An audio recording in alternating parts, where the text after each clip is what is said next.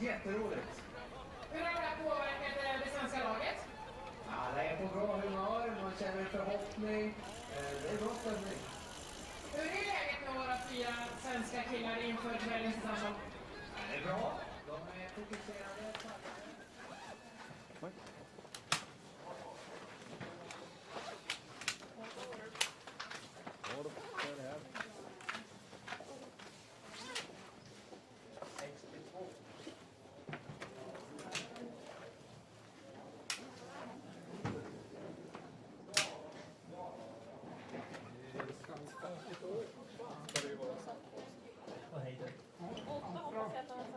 Jaha, det var fint.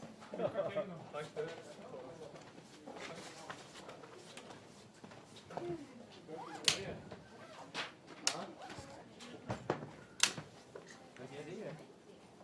$590.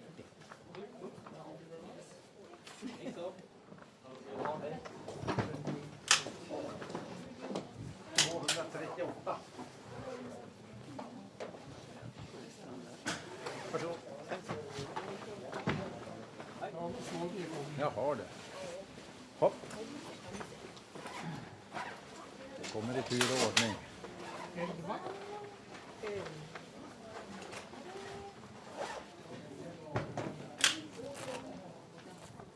948. Varsågod. Tack för det.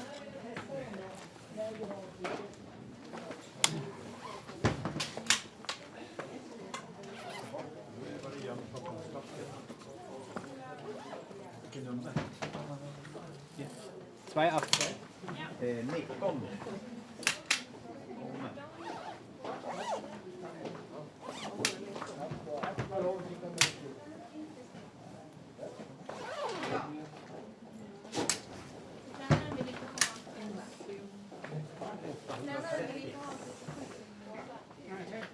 Varsågod. 309. Varsågod.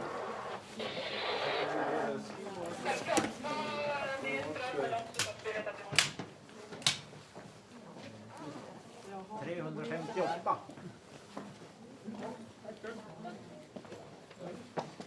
Varsågod. Thank you. 61. We'll see. 61.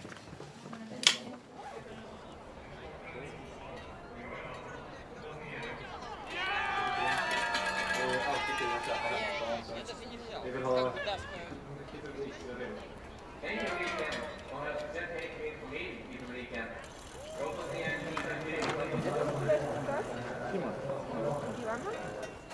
Well, it was an astonishing win, Mike. Perhaps the race of the championships. Here is Johannes Tingers.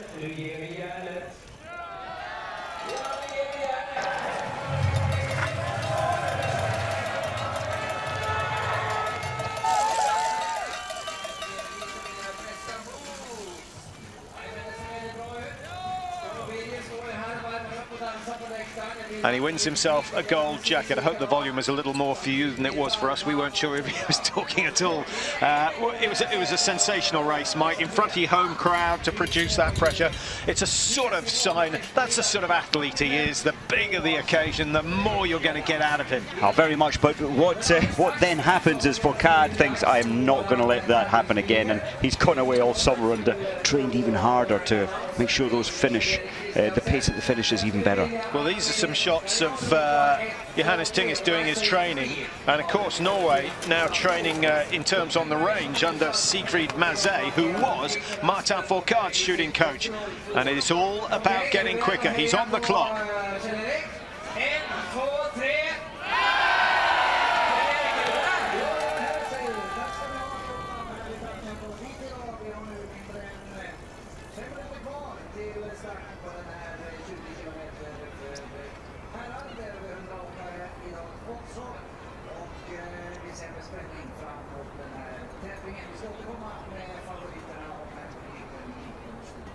Welcome everybody, nice to see you here today. We have now less than 5 minutes to the start. Så Martin, du får fram upp lite.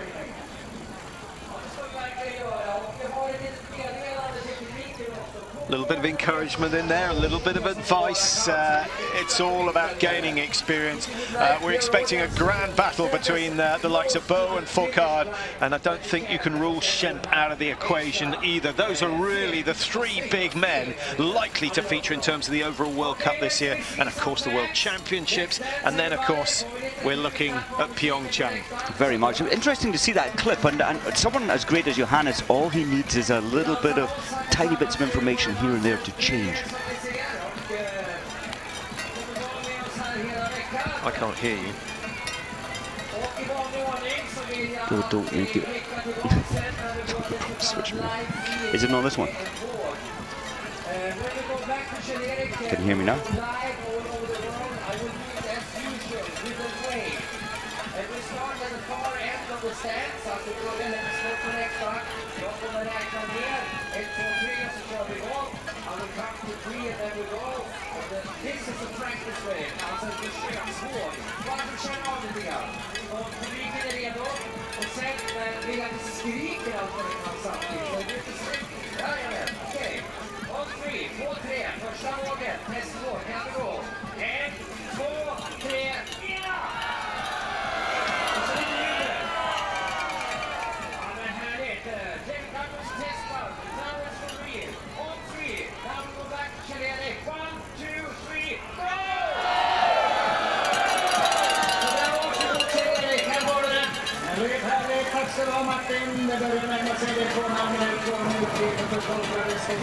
Well, last minute preparations here in Ostersund, and there is Martin Fourcade. He's got a good start number yet again, and that could be a main factor. Mike, what do you predict in terms of the wind? The wind, I think we're going to see some 4, 5 perfect shoots today. It is going to have an influence. The wind is changeable, but not quite like yesterday, and they'll probably be up to 10 missing only 1 target, and then over 20 missing only 2 targets. Now with 106 starters, it's going to be, what, almost 10 to 7 local time before the last of the athletes gets underway. But the race is likely to be over long before then, because all the big names have decided to go in groups 1 and 2, and the first 40 athletes absolutely stacked with talent. And 1 or 2 interesting draws. Bjorndalen starting 30 seconds ahead of Arndt Pfeiffer. Those two should have a good battle. Martin Fourcade starting 30 seconds behind the man he thinks is going to challenge him for the overall, Simon Schemp of Germany. That'll be an interesting battle, and you just feel that Martin will close up Schemp as quickly as he can, or will he? Maybe he doesn't care about putting anyone under pressure. He'll run his own race probably. What's he likely to be taking on board in terms of fluid or food or energy supplies at this stage? To be a little bit of carbohydrates in it. He's still got some what, 10 minutes before his start time, 8 minutes before his start time. Well, here's the first man away, Andrei Rastgoyevs of Latvia, and a man who's got a reputation for skiing fast. His shooting not quite so good. He was very erratic at the World Championships. Lindström for Sweden. Sweden's big hope this year has Wolfgang Pichler managed to get him into the sort of form that will see him standing on top of the podium again.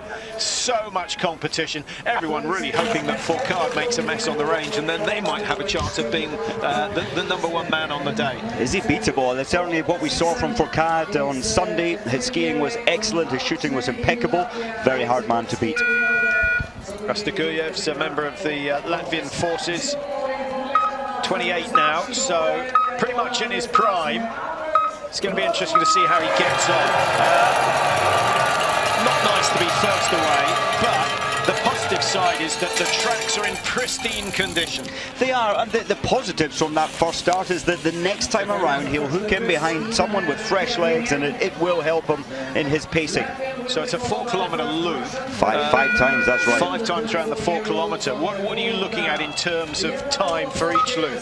Well, I would say the winning time today, we're looking at about 49 minutes ski time as the winning to 50 minutes, a little slower maybe than last year. So what are we looking at? 10 minutes a lap. And if that's the case, then Rastinguyev likely to come in behind someone like Benny Vega or Fillon Maillet. We'll see if that's the case. Svetkov now for Russia, 26th in this race last year, 26th in the overall standings. Comes from Vologda, actually, which is what I think is about 400 kilometers northeast of Moscow. It's down at -10 there today, so he won't struggle with the conditions here. Clement Bauer, he's quick, but his shooting has not been good over the years. Coached by Thomas Koss.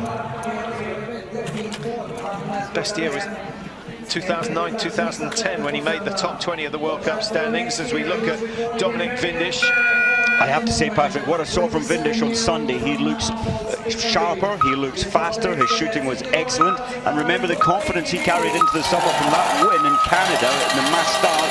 It seems to have made him a better biathlete. Okay, that's a good side. The bad side is his record in individual races is appalling. It's not the discipline that he likes. He finished 53rd, no, 34th he was last year, and he missed 4 in the stand, so only a 60% hit rate in the stand. Here's someone who's been around a bit, 33-year-old Mikael Schlesinger, his 15th season on the tour. He's got 1 win to show for that, a mass start in Oslo back in 2008. But he's such a talented athlete. He is, and we shared the hotel at the World Championships. He was disappointed there at the World Champions in this race, missing 3 targets, finishing 20th. I hope it's gone well. I've heard it has gone well in the summer training. Yeah, nice guy as well. Remember meeting him up in Vuokatti when he must have been about 17, doing some training up in the north of Finland in the tunnel up there. Benedikt Dull now for Germany. Now, he didn't get a single 0-0-0-0. Didn't get a single clear shoot. I don't think he got one in the sprint either last year. That must be a concern, Mike. 15, 16 races, never going clear. I think so. As a biathlete, you need to have that inner confidence that you can get all 10 targets, all 20 targets, now and again, if not on a regular basis. Certainly in training, he is able to do it. Granichev is next. 28-year-old from Tumen. Finished 8th in the World Championships in this discipline. Had a good day out in Oslo, 0-1-1-0, and was comfortably in the top 10 of the World Cup standings at the end of last season. So certainly a man that we should identify in terms of podium potential. This is the man who's going to get the cheers. Freddie Lindstrom, a local man, did brilliantly in the Olympics, finished 50th. 1 place better in the World Championships with 2 misses. And I guess if you look at his record over the last 2 seasons, his average in the 4 shoot races is 18, just under 18, 17.6. He needs the 20 today, I think, if he's to place himself on the podium, maybe even the top of the podium, because he is skiing well. Simon Schemp is next. Here is the German number 1. Second in this race last year, 0-0-1-0, so he missed 1 shot on the second throw and shoot, and he was only 27 seconds behind the winner. The winner being Ole Einar Bjorndalen, his last victory to take his tally up to 94, and he is racing again today. Fourcade, if he wins, he will equal Bjorndalen in terms of victories here at Ostersund. But I think Fourcade's record is even more impressive. 10 wins so far out of 14 races here. He's won 8 of the last 11 individuals. He is an incredible biathlete. Last year he skied 1 minute and 5 seconds faster than Schemp, who started 30 seconds in front of him. I think he'll be doing much the same again this time round. Should we start the same old argument? Best ever? He is the best ever. Look at his stats. He won 10 races last year.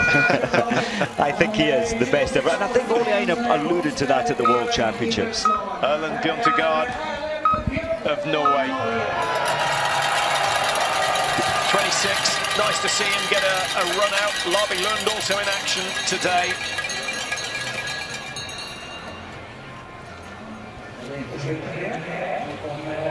quality team. It's good news for Norway that Svensson didn't hang up his skis. He certainly was losing a little bit of that motivation throughout last season. He was, and he looked good on Sunday, but not quite as sharp on the range as he wanted. Landetinger, he does like this race. He looks well focused for this race. Yeah, World Championship silver medalist. It was good, and then look at the Olympics though. He shot perfect at the World Championships, hitting all 20. At the Olympics he did the same. He shot 20 out of 20, but only finished 5th over in Sochi. But ski speed, I'm not sure he's at his best at the moment after some heavy training. So we go back to the race starter, Rastaguyev's coming up towards 2.8 kilometers. And this is normally where we see the 1.5 kilometer split, but because they've got a 4 kilometer loop to ski, have to go a little bit further. Here it is, and he's still got a way to go. Now, this is still pretty quick. 2.8 Ks normally take around. It's pretty good. What, about 2:10 a kilometer, depending on the terrain for the best. 2:15.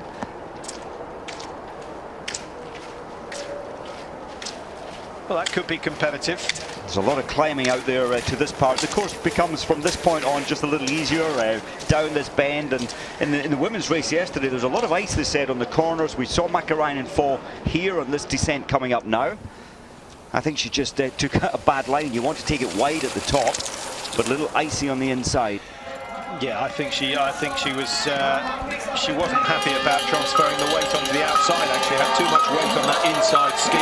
Couldn't decide between a nice calm turn or a snowplow. And when you can't make your mind up, the snow will get the better of you. She got tangled. What about Johannes Tingesbo? Everything, I think, and Mazet, we saw him on the range. He's worked at calming him down a little, building stability on the range. Simonader. Well, he's got a great start position. He can pace himself off Bo. That might be a little bit depressing, but the bronze medalist from the World Championship, Simonader, 2 Austrians on the podium on that occasion, with one Frenchman standing at the top, Martin Fourcade, of course. And Ada actually finished 4th in the Olympics as well. So this is a discipline he likes. 7th here last year with 2 misses, 0-1-0-1. He is certainly a man who could feature come the end of the day. Vindish faster than Rastaguyev's. That's a little bit of a surprise for me. I did say, Patrick, that inspiration from his win. He's had a good summer, but as you say, his weakness historically has been his shooting. He looks very relaxed and composed. You don't want to, after 6 minutes, be hitting your high pace yet. Yeah, we saw yesterday Dalmeyer very slow on the first lap, and hugely surprised to look at the stats at the end. Her course time actually quicker than anyone else's. No, so we were surprised, weren't we? Because she looked so steady the first lap, the second lap. Schlesinger, intelligent eye for the best and fastest snow. He's gone a long way left. Hasn't been quite as skied on, so therefore a little faster. And 1.6 seconds outside the best, but that will do nicely to start with.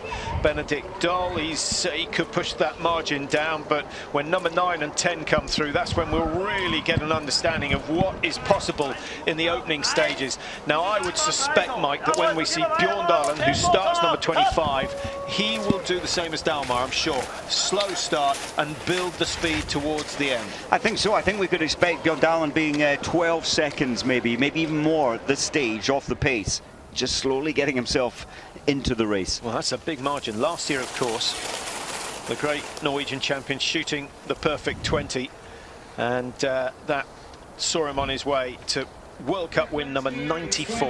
Astonishing.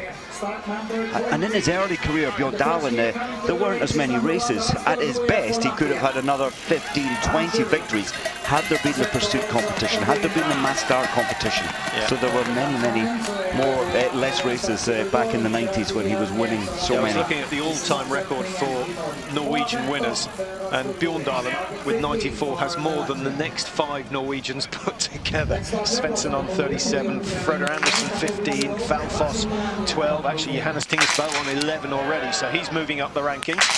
Could go one further today. Rastaguyev's the first shot, the worst possible shot. Just breaks your spirit a little, but he kept calm there for the next 4. Rastaguyev shooting way over, well, I think that was lane 13, the lane in which he zeroed, or closest to his zeroing. Now, the wind isn't as strong, Mike, but we were having a good look at the flags before the race started. And it seemed to change, the direction seemed to change in each and every lane. Yes, very difficult. The big building, the restaurant, they've got a big Ostersund sign on it. Really creates lots of little spiralling wind currents on the range. And that's tough for those who are told to, right, you have to zero in lanes 25, 26, 27. Then when they do the prone, they have to come all the way up to 1, 2, 3, 4, 5, maybe down to 15. You can't find the same conditions that you zeroed in. No, you can't. It's certainly, you know, you earn your advantages and all the top-ranked teams on that far right. Look at that. A margin of 10.5 seconds. That is unbelievable for Martin Fourcade over the first 2.8 kilometres. And he barely looks out of breath. Yeah. He's just cruising. Well, we'll see. We will see. Dorothy Vera, she went very, very hard early on yesterday, paid a price.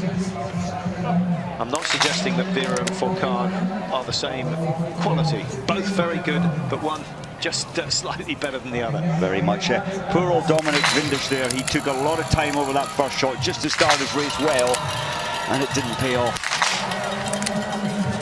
No, not the fourth shot. He just wasn't settled, was he? He broke all his normal rhythm, went into this very slow shooting mode, and I think it put him off.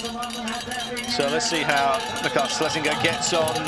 Fourcade coming back down towards the range, so he'll be in to shoot in roughly 2 minutes.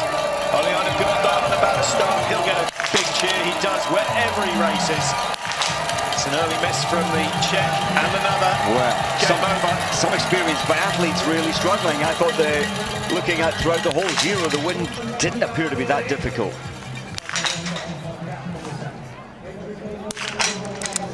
What a feeling. 16 kilometers to go, Patrick, and he's got 2 minutes thrown onto his ski time already, Schlesinger.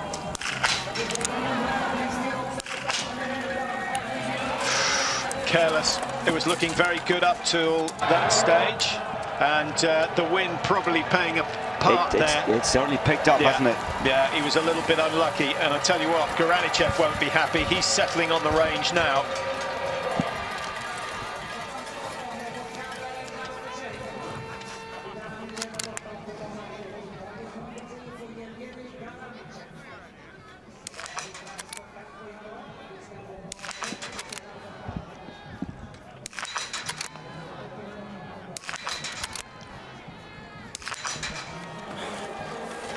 That's the way to do it. Yeah, beautiful shooting from Garanichev.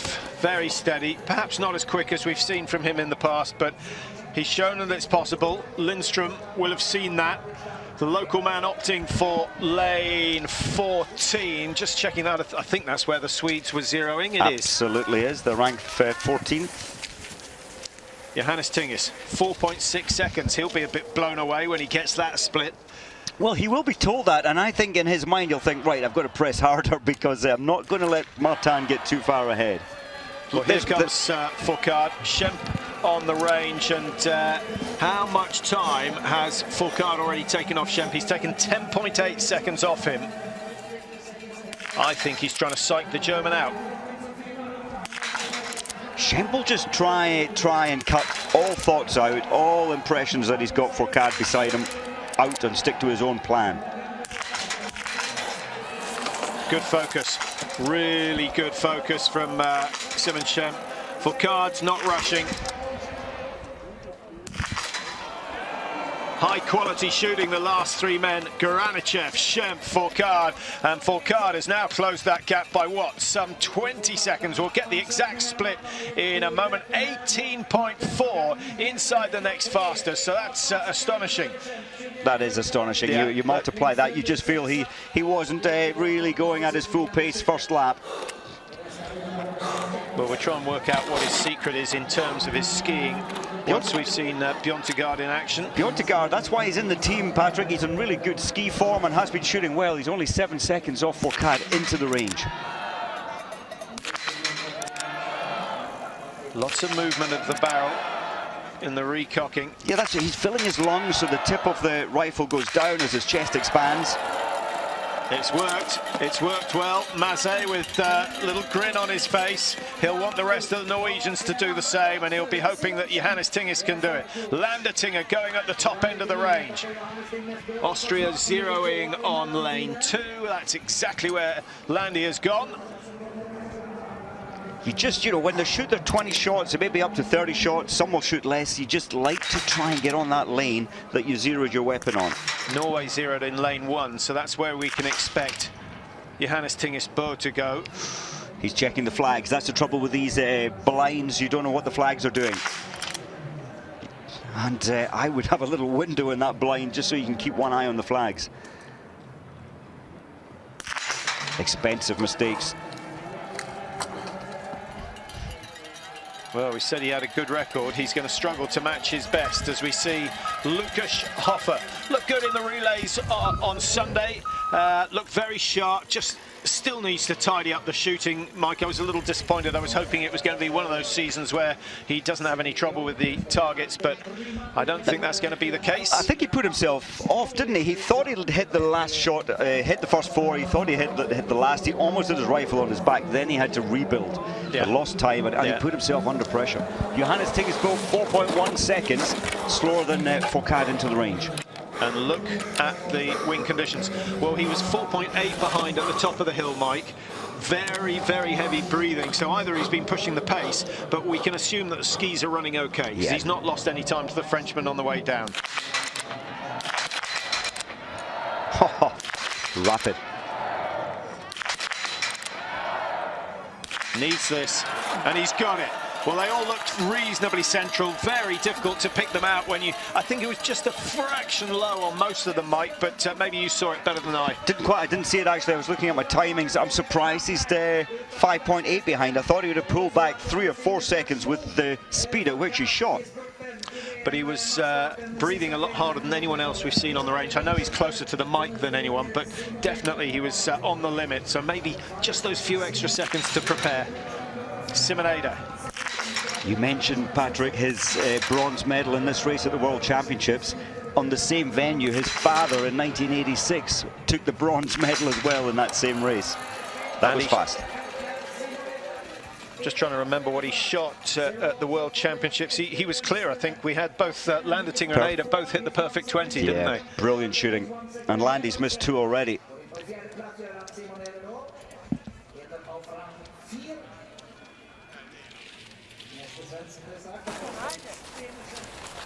Well, here is Uliana Bjorndalen. Mike predicting a 12-second margin between himself and the race leader at this 2.8 split.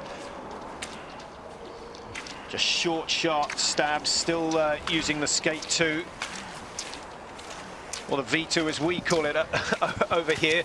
Seems to have a different name in every country you go to. Paddling, the Norwegians call it. Offset, others. Single dance. Oh, 12.4. You just feel he's not stressing at all, is he? He's just so composed. The balance, as usual, is good in those nearly 43-year-old legs. Oh. Well, at least there's an extra one there. Some bigger cartridges there today. Benny Vega. Swiss team zeroed on lane 15. That's exactly where he's gone. This man has his PB in the individual format. Did that back in 2010, just before Christmas in Pachuca. Remember that bad fall that Benny Vega had? I think it was the World Championships in Ruhpolding. Racing very well, had to be hospitalized, and he never really came back from that. He was racing brilliantly then, and hopefully this is him back. Some way off the pace, though. Yeah, could do with a top 10. Is he going to be inside Brendan Green? He might just squeeze in. He does. 38 behind the race leader, who is Martin Fourcade, as we watch Fourcade's teammate Fionn Maillet. Oh, that's not pretty. Now, if you think in terms of percentages, it's a 50-minute race, 2 minutes added. That's 4% thrown away on the very first shoot. Tough to get it back. Very painful. He actually hit his face there putting the rifle on, which looked quite painful as well. Hit his cheekbone. The rifle's, it's called a floating barrel. There's 2 screws which bed them onto the mostly wooden stocks. And they do take quite a, we see them throw them on by grabbing hold of the barrel, so they do take quite a bit of impact.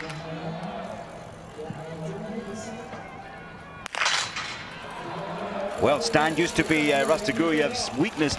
Looking good today, Patrick.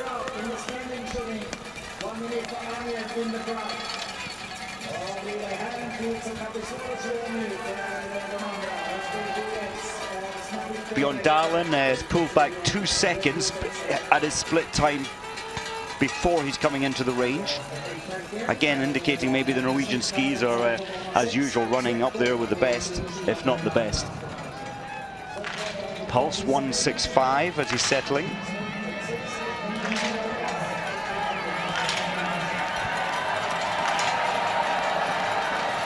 He's not settled. He's trying to hold his discipline. He's not feeling comfortable, Svetkov. And his pulse already down to 140 beats per minute.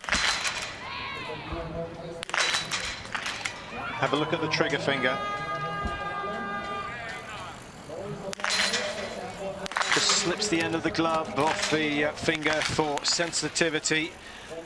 Now Bjorndalen, that familiar snowplow with the hands on the knees. There aren't many who do that, but the idea is that by doing that you can get more oxygen into the lungs. You just free up the costal muscles a little. That twittering left eye never really instills confidence, does it? It doesn't. Taking his time, he is shooting on the lane that he zeroed on. Do you think he looks 42? No, healthy living. One heck of a lot of racing as well. Well, yeah, he must have been racing since the age of 5. 37, 38 years of racing. Can it be good for you? I don't know, but he loves it and finding it very hard to give up. He retired after Sochi and then said he'd go on to the World Championships in Oslo. He did so well in Oslo. Bjorndalen taking, what was it, 1 gold, 2 silvers, 1 bronze. Incredible haul of medals at the age of 42, and he's going to be 43 in January. And he's going all the way to Pyeongchang. Well, that's the plan. See the flags in the background. The wind's changeable from the left when you're on the right side of the range, the changing direction further down the range. Now, Garanachev's prone shoot was superb. He had to do it in very, very tough conditions. So focused. Spoke a little bit too soon. Yeah, he's away. Oh, that's poor performance. He'll be so disappointed, and it's not windy at the moment. Don't know what happened there. He would look very tense through the rifle. Yeah, I thought he was maybe a little bit quick in preparation, getting that first round away. 29, Julian Eberhardt. Now this man, be interesting to see his pulse, but I would suspect it's already down at 140. Simon Schemp is on his way. These two going head-to-head now. Schemp, remember, started 30 seconds ahead, both of them. Now, you suggested, Mike, that having 2 big names together can sometimes put them off. Look at that, a miss apiece. Oh, 2 misses for Martin Fourcade. There is a gust blowing through the stadium. You have to sympathise on that front, but... well. And now memories of the last 2 years when he's really struggled. Well, look at the time he's taking. We're on 48 seconds already. 11:03, Fourcade's shooting score last year. So, 2 penalties, 2 minutes, but the way he's been skiing, he's capable of taking that time off anyone. And Schemp with, what, 4 misses? Well, he is the man who really dislikes a windy day out of all of the 106 athletes racing. Schemp really doesn't like shooting in the wind. Yeah, and he got a bit there, but I also suspect, Mike, that they pushed each other hammer and tongs on that last 4K. Yeah, I think it felt like that. What were the speeds coming in? It would be interesting to see their times pre-shoot. I think they would have been a fair distance ahead. Well, opportunity for Bjorn to guard. But maybe a little let off in the wind, but not much. It's blowing directly from the targets down to the firing point. Mike, give us an idea of how much that's going to move the round. It's, I think as we were saying yesterday, it certainly moves the round by about 2.5 centimeters, but it's moving the rifle when in the stand position when you're trying to hold it steady. Sheminov, as he settled there, pulse was 163, now 150 already. Well, no one, as far as I can see, has gone clear after 2 shoots. And a similar story to last night. So if you put some money on this race, I suspect you're a bag of nerves at the moment, because it's very, very difficult. Lindstrom leading at the moment. Yeah, wondering what his odds were at the start of this one. I think he was around 25 to 1 odds, Lindstrom. I think he's a more complete biathlete, Lindstrom, this year, and I really believe in Lukas Hofer this year as well, but his time not great coming into the range.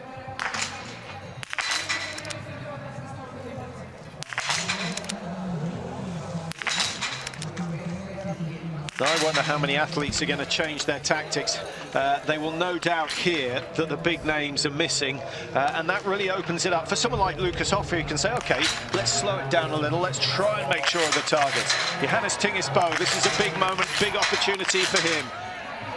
8 out of 8 shots so far, 9 out of 9. Will he clean them up? He does. He's halfway there, and Johannes Tingesbo is the new race leader. He'll be delighted when he hears that Fourcade has missed 2. Don't write off Anton Shapulin. Maybe we should put him in that bag of potential overall World Cup winners, Mike. Shapulin's such an exciting athlete when he's on form. Very much. He looked great at the weekend, didn't miss any targets. His ski speed was the fastest, so he's carrying that today as well. Yeah, faster than Johannes Tinges at that stage by a second or so.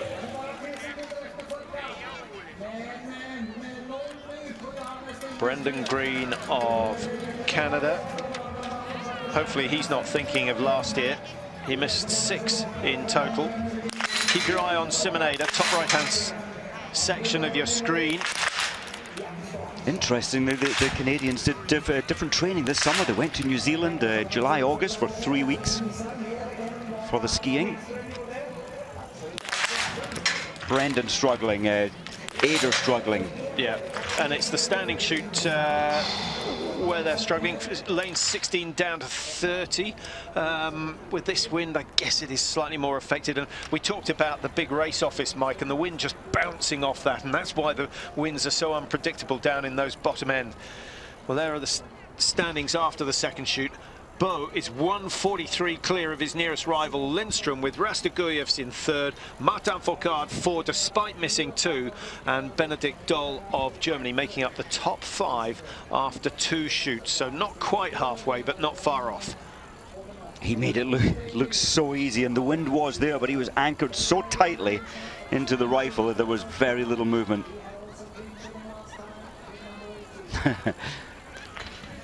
Yeah, the Norwegians have all bases covered, don't they? They've got a couple of reliable. They've got someone like Johannes, who, when he shoots clear, is likely to finish 1st or 2nd. They've got Bjorndalen, who's continues to astound us all with what he's achieved. Svensson, if he has a good season, whether he'll have a good 16-17 or whether it will just be a purple patch somewhere along the way, surely we're going to see him up there again. I think so. He lost his confidence, I think, from the relay in Sochi, where he started first and they didn't medal. Well, Lowell Bailey, that's a big disappointment for the Americans. He looked so good. Ski speed is good today as well.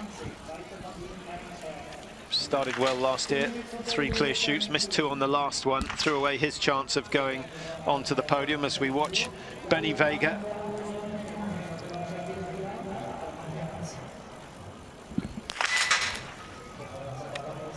Best of the Swiss for a number of seasons now.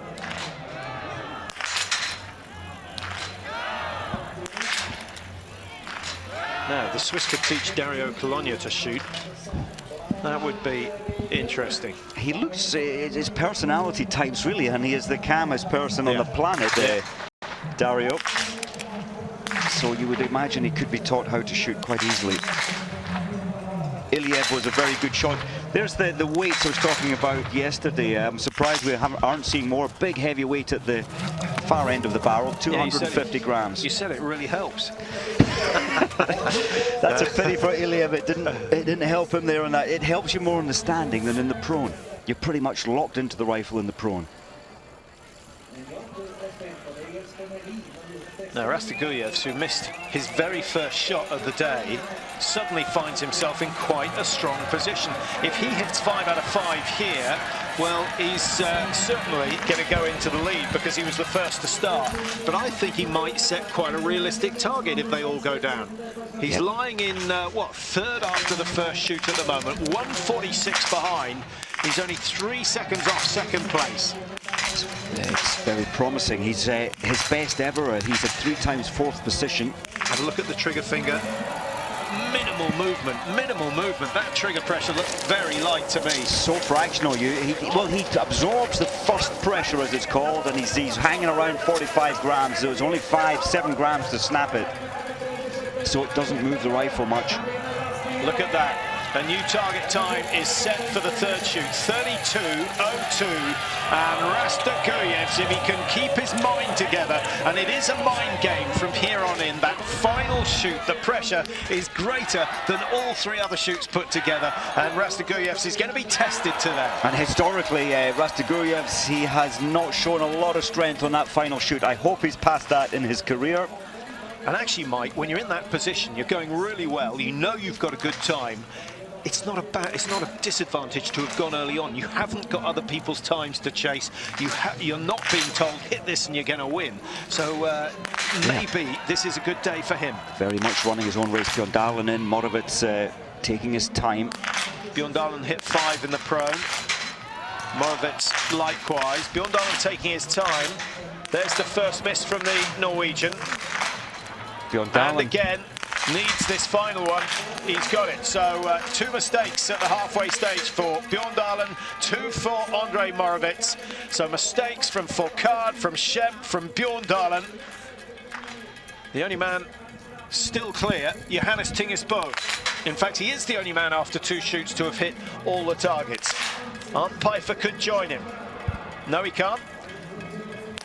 And actually, he wouldn't have matched Johannes Tinges, so we're not seeing Pfeiffer at his best since he had the World Championships out in Chianti-Mansiysk. He was on incredible form.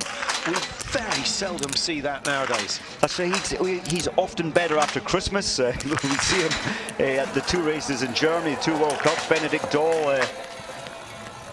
Yes, I thought the graphics were wrong. Of course, that was a perfect shoot there. So Dahl up into second, Pfeiffer further down the order. We'll try and update you on Pfeiffer's form. He's gone down into 9th, 2:35 behind, with just 2 misses on the card at the moment. Tim Burke for USA. The Americans with Leif Nordgren, who goes 37. Averages 4 misses in an individual race, Tim Burke. His ski speed, 103 off the pace coming into the range, and now he's another 2 minutes thrown on top. So 2 out of 10. That's pretty standard for Tim. Nearly all the misses come in the standing position. A man with 6 podium finishes to his name. No wins as yet. Julian Eberhard of Austria. Can he push himself up into second place? If all 5 go down, there's no doubt about it. 1 mistake, on to 20:57. He's still got a chance of going into second. Holding, and it doesn't get any easier, but he's got good reflexes for that final shoot as we tune in on the local man, Freddie Lindstrom. Well, he's lifted his sights up effectively by 6 to 8 millimeters with his adjustment. What a pity. Fourcade isn't out of the race despite the fact that he missed 2 early on. If he gets these 5, he'll start to chase and chase very hard. Put the pressure on Johannes Tingesbo, who leads the race. 5 out of 5, so 13 out of 15 for the world #1. Fourcade looking this year to make it 6 overall wins. And if he does that, he equals the record of Ole Einar Bjorndalen. He'd love to get that record before Bjorndalen retires. He would, but I think that Martin doing it 6 consecutive years. No, he's won it the last 4. And then he had one prior to that.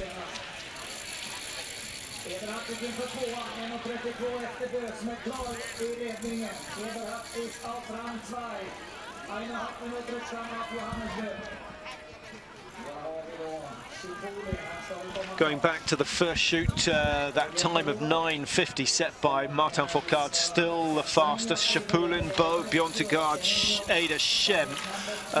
Bjorndalen started 25. We saw he went through in 7th. Eberhardt went through in 9th, having started 29.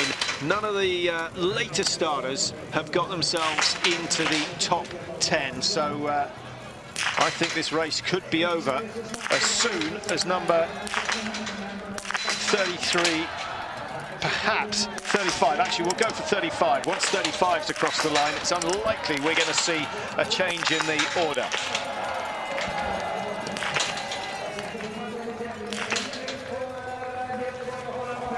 In terms of ski speed, Mike, Bjørntegard going pretty well. That's 3 misses. He's only 2:05 outside Rastaguyev's, who's gone through shoot number 3.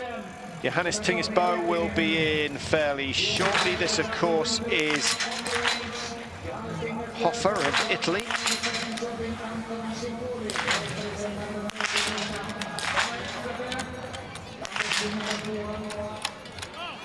Well, he's missed his 3rd and 4th shot.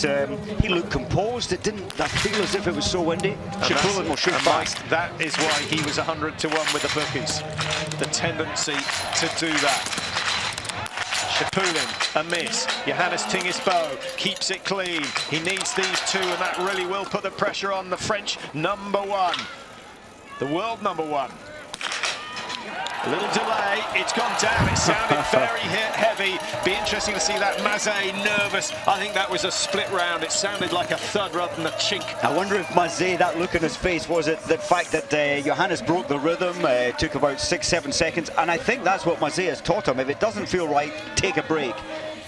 Well, he's 1:54 ahead of Rastaguyev's. The margin between Bo and Martin Fourcade is 2 minutes 10 seconds. If he can keep it over 2 minutes, then that means he can miss 2 more than Fourcade on the final shoot. So that would be a massive advantage. But then he's got to outski the Frenchman in the closing stages. But in terms of ski speed, that means that Johannes has got 21 seconds advantage already on Martin Fourcade, who did lose most of that time on his stand shoot.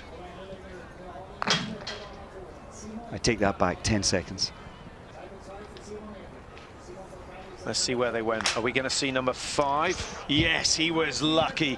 He was lucky. That wasn't 50%. It wasn't 40%. It was about 25% of the round that hit the target. That really shouldn't have gone down. Well, I wonder if the jury will revisit that. It looked like, it's hard to tell at times from that camera shot, but it looked like 85% had missed. They can give you a hit if the target doesn't go down, but it was hit.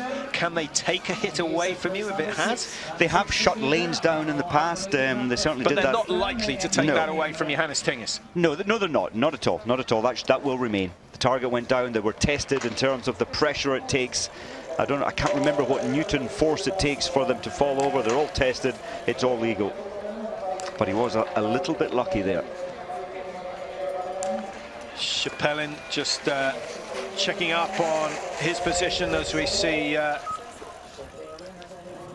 another of the Russians come through. Schapulin was interesting at the World Championships. Prior to the World Championships, he'd never scored better than 57th at a World Championships. And then he came 5th in this race at the Worlds.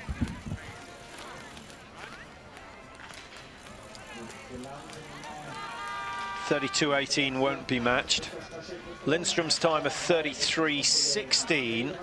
He can certainly get inside that, but he needs to be clear. Bailey of USA, shooting left-handed, left-eyed. It's a little awkward. Rifle's more expensive. No, much the same. Sam Cairns from Cairngorm Biathlon, he bought a left-hander. It's the same price, but I think it's only about 5% whose eyes of the population are left in terms of shooting. Now, British biathlon's in a pretty bad way. We've got your lad Scott racing. He starts later on. Just looking for his start number. I had it all marked 70, what is he, 71? 71, there he is. So we wish him well, but he's the only competitor here. It's going to be mighty difficult to get him qualified for the Olympics in 2 years' time. So important he starts producing some good results. What about your club up in Abbeymoor? How's that getting on? Any talent coming through? A lot of talent. There's some real talented age group, 9 to 11-year-olds, super talented. And we just have to keep the momentum going there. Right, are you going to match the likes of Musgrave and Young, who have done wonders in the cross-country world? I've always believed, and I think we have to wait and see what comes out. I do believe it's possible. As long as you can get the skills on roller skis, the shooting skills together, you can produce. The other factor is money. There is none of it. So that you do need that when families can't afford to send their kids on ski camps, snow camps. So that's the hard bit. You need to have a lot of kilometers on skis from a young age. And that's the aspect we're missing in Britain. But you mentioned British biathlon, yet just sadly dropping out the top 25. Finance has been a huge issue. And I must say, Mark Goodson, Eddie Lowe, the board are still keeping it alive with on a shoestring. Well done to them.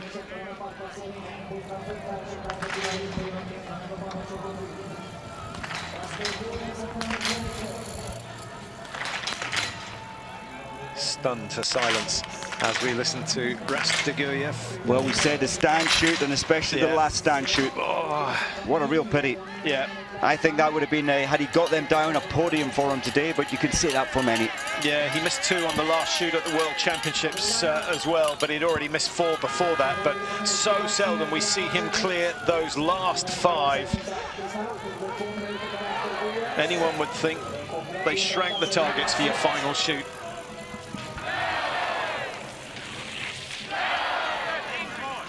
Well, let's just update you.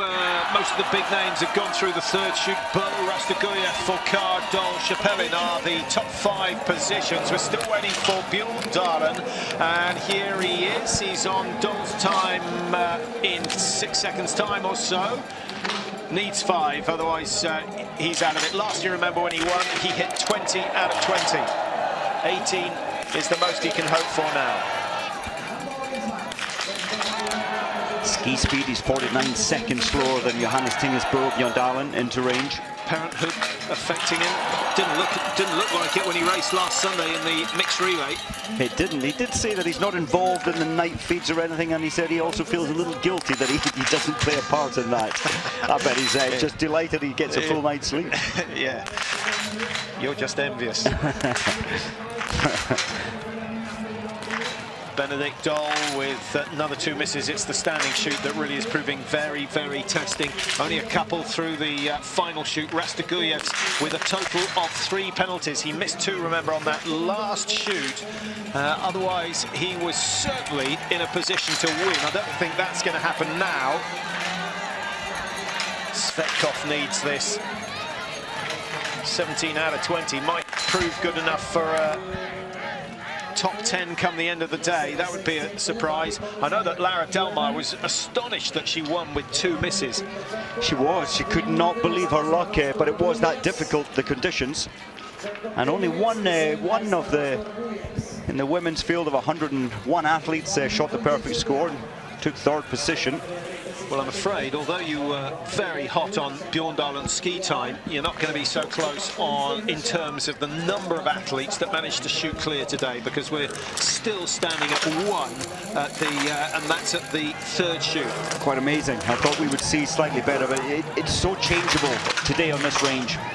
Not quite as difficult as it was yesterday. Labe Lund ski time, see how he's comparing. 6 seconds off, so his ski speed is excellent. Schemp and Foucault are going to be the next 2 big names in for their final shoot, and it should be in the next 30 seconds or so. Granichev is through. In fact, they must be on the range now. They are. There is Martin Fourcade down the far end, and he's 3 out of 3. He's looking confident. Will he be able to wrap this one up? He does. A much better final shoot than we saw from him last year. So his total is 18. He's won many an individual race with 18 hits out of 20. Is today going to be another one of those, or will Johannes Tingesbo hold it together on his final shoot? I wonder what Bo's tactics are, Mike. Would you cut the pace altogether coming in? I think he'll just stick to what he's been doing. He's coming in fast. He's shooting very, very fast. And I think Johannes will do the same next time in. 2:16 clear of Rastoguyevs, who, remember, missed 2 targets, so had 2 minutes added on that last shoot. Rastoguyevs is skiing phenomenally well. Lindstrom will be disappointed there. 3 targets missed in total.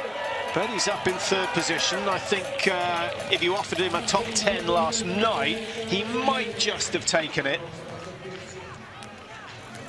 Now, I'm just thinking, as Fourcade goes out, he'll still believe that he can win this race with the 2 penalties. He will know that Johannes Tinges has hit all 15, but he'll be thinking, well, there's a chance that Johannes will miss 2 targets, maybe 3 on the last shoot. He'll be keeping that hope alive. Biathlon, 26 years old now. Didn't see him too much on the World Tour. Didn't join the World Cup until Ruhpolding last year. That's the round after Christmas, because last year slightly extraordinary in that Oberhof had to be called off, so we had 2 rounds of the World Cup down in the south of Germany in Ruhpolding. Beautiful venue.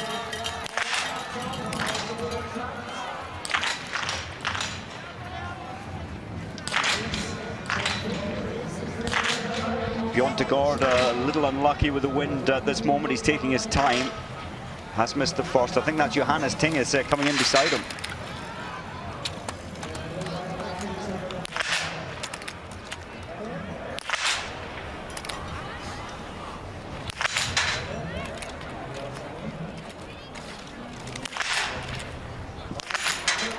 Now, there's the first miss.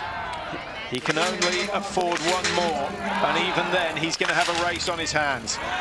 There it is. He needs this final one. Oh, the wind has gone. The win has gone, without a doubt. And the clock is ticking. 42:37, the time from Martin Fourcade. My goodness, this is a sign that he's not quite as cool. 25, 26, 27. He's only 10 seconds, and I'm afraid these valuable seconds are going to prove his undoing today. He waits, and Mazet will not be happy. Let's have a look at the coach. Well, we're not going to get it, and he's going to come out around 5 or 6 seconds behind Martin Fourcade, and I can tell you what, that the word is going to get to Fourcade quicker than the speed of light, because the French team want him to know that the win is now possible. Well, that's astonishing. 16 seconds. Johannes Tingesbo has to pick up 16.1 seconds. That's not going to happen. That is not going to happen. He's good. He might gain, he might pull it back to, what, 5 or 6 by the top of the hill, but I think Fourcade will now control this one.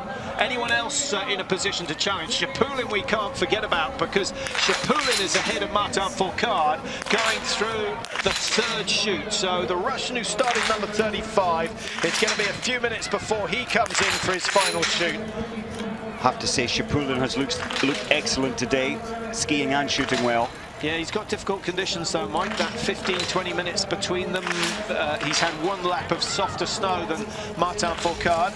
Well, Eder will be so disappointed with that last shot missed. And I think that Johannes did so well to get his last shot after holding for about 18 seconds.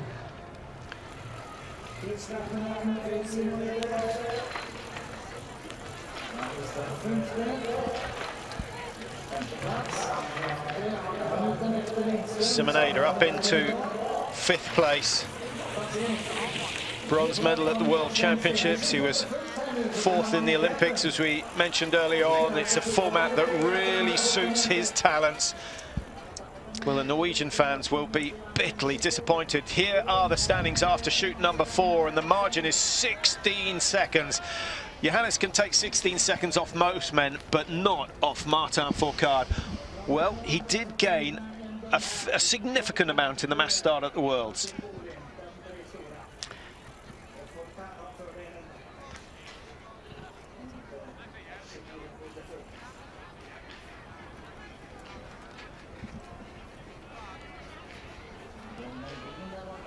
Well, Mike, it would be useful to get a split out on the track on the last 4-kilometre loop just to see how the battle between the two big names is going. Okay.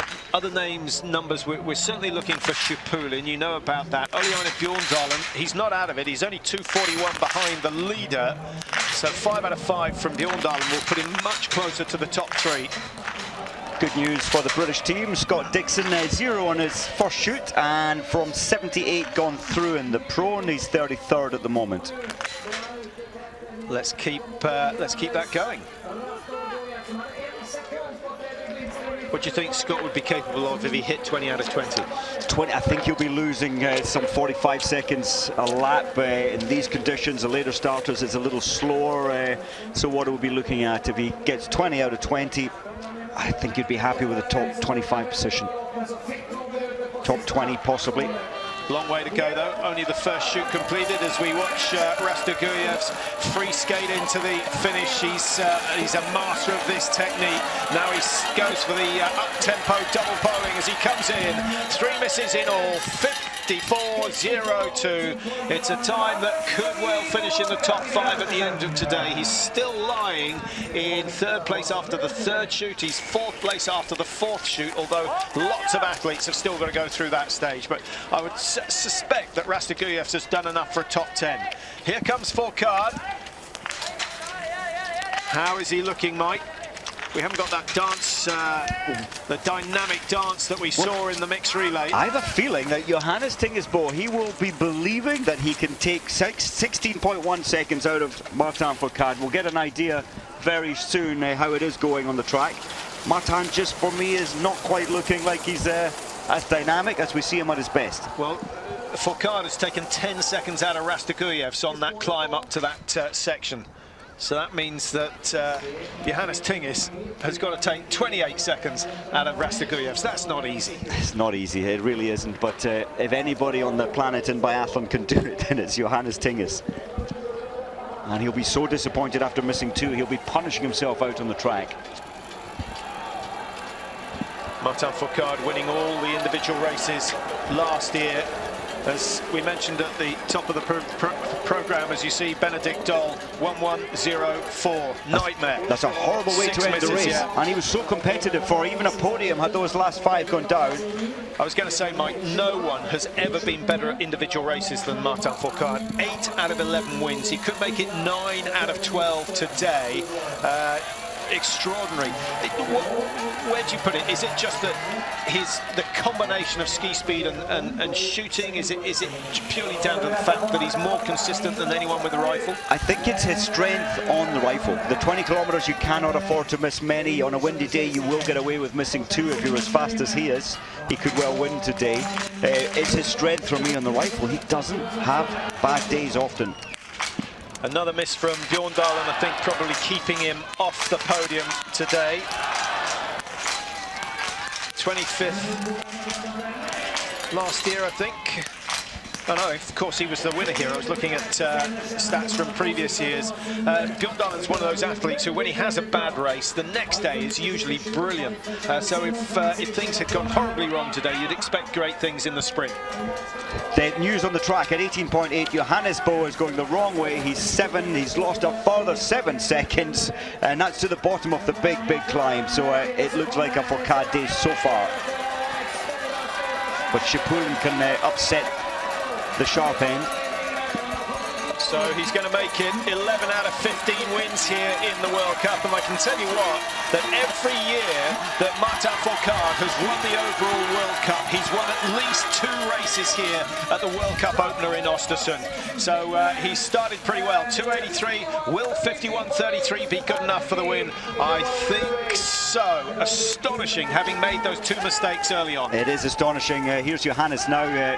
Almost a spent force. He put so much into the early part of this race. Yeah, from 16 behind, he's now 24 behind, and he's fighting for that 2nd position.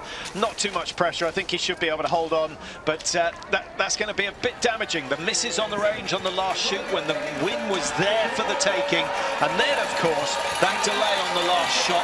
Mazet will be really disappointed with that. Mazet will be. Johannes will be gutted that it's happened. Lindström, I thought he would maybe miss 2 today. but 3 is just too many for I think for it to remain, well, definitely a top 3 position. Johannes will put him down. Yeah, one less win and he would have gone into second.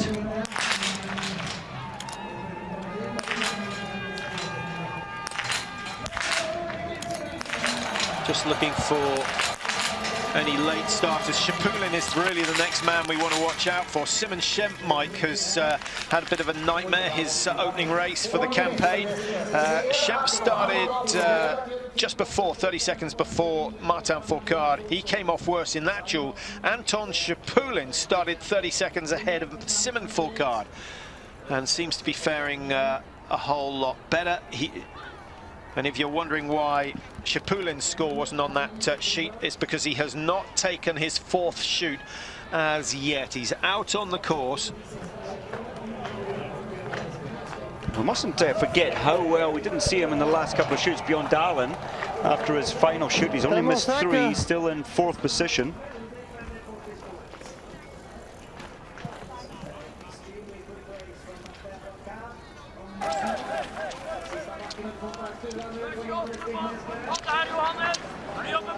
Shapulin with a minute's advantage, almost a minute, about 52 seconds advantage over Fourcade after shoot number 3. This is Johannes Tingis from 16 to 24 to 29. Wow. He's going to be over 30 seconds behind come the finish. He's lost 13 seconds from the range to here. He will be very disappointed. His brain is screaming to go, but the body isn't following. Well, we speculated on what the tactics might be for Johannes Tingis. I don't think he held back at all on lap number 4. And yet he was shooting faster on 2 of his times into the range. He was taking some 7 seconds out of Fourcade on the range.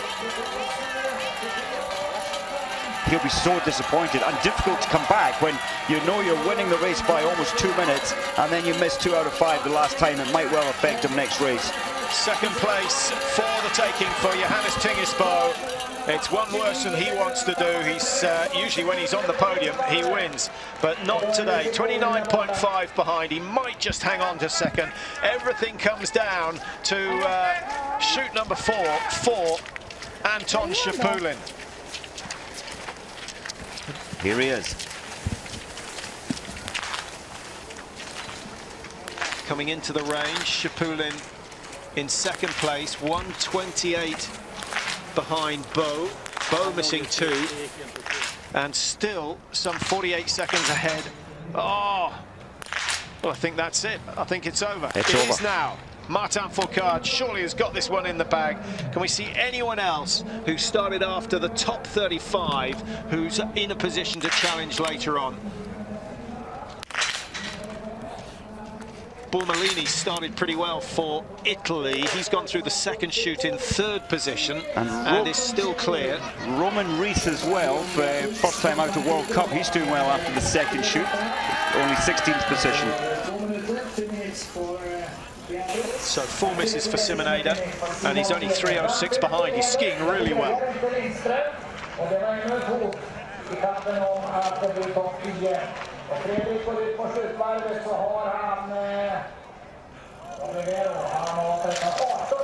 A day off tomorrow for the biathletes here in Ostersund, and then they'll be back in action on Saturday. 2 sprint races and then 2 pursuits on Sunday. So good weekend viewing if you've got a little bit of time. Benny Vega, 2:47 off. That's not bad, Mike. I think he'll be happy with the way the skiing has gone. But you've got to bear in mind that he's missed the same number of targets as Martin Fourcade. So roughly, or in fact, he's over a kilometre behind in terms of distance. It's incredible. Incredible the pace from Fourcade and also from Johannes Tingisbo. Yeah, he's got at least 5% to find somewhere. It's tough to pull that back in terms of physical ski time. Anev, look at that. That's a great time from Anev, 4th position. Shapulin has dropped down to 9th, incidentally, with his total of 4 misses now. Missed 3 on that last shoot, 2:35. Extraordinary to think that he can finish in the top 10 with 4 misses, but the shooting conditions have been tough. We didn't see Landa Tinger or much of him in the latter part of the race, but he's missed 10 targets, 50% miss rate. And normally he can get 20. So often he has got 20 out of 20.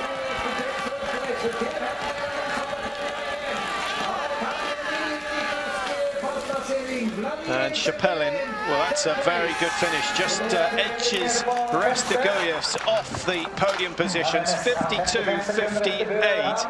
That's a good finish from him. Bailey of USA, 3:52.02.02. I have a feeling that's very similar. In fact, he was 0:002 last year, so 2 misses again on that final shoot. Chapelin at the end of the race, he's the best shot. Nobody else has only missed 1 target.